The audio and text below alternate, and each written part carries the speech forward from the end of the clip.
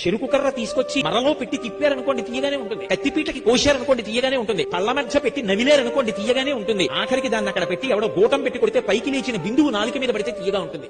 ఏం చేసినా చెరుకు కర్ర తీయగానే ఉన్నట్టు పైన శరీరం ఎంత నలుగుడు పడిపోతున్నా భక్తుడైన వాడు మాత్రం లోపల ఆనందపడిపోతూనే ఉంటాడు.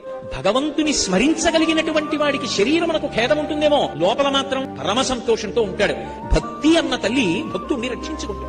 శరీరాన్ని బాధ పెట్టగలరేమో కానీ ఆయన ఆనందం అనుభవించకుండా చెయ్యగలిగిన వాడు మాత్రం లోకంలో ఉండడు. అది కాదు ప్రహ్లాదోపాఖ్యానం. కొట్టాడు, తిట్టాడు, చంపుదామని ప్రయత్నించాడు, ఏనుగుల కింద వేశాడు. ఎంత బాధ పెట్టాడు తండ్రి, ఎంత బాధ పెడితే మాత్రం మానేశాడు.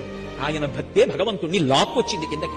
ఆనంద పడిపోతూనే ఉన్నాడు. నాన్నా నువ్వేమైనా చెప్పు, నేను ఒక్క మాట చెప్పనా? ఆ అంబుజోదరుడైనటువంటి శ్రీమన్నారాయణుండి ధ్యానం చేస్తున్నప్పుడు ఆయన పాదముల నుండి స్రవించేటటువంటి మందార మకరంద పానం చేసి మత్తెక్కిపోయినటువంటి నన్ను వెళ్లి లౌకికమైనటువంటి సుఖములను అనుభవించమంటే ఎక్కడ అనుభవిస్తాను నాన్నా, నాకు ఎక్కేవి కావాలి.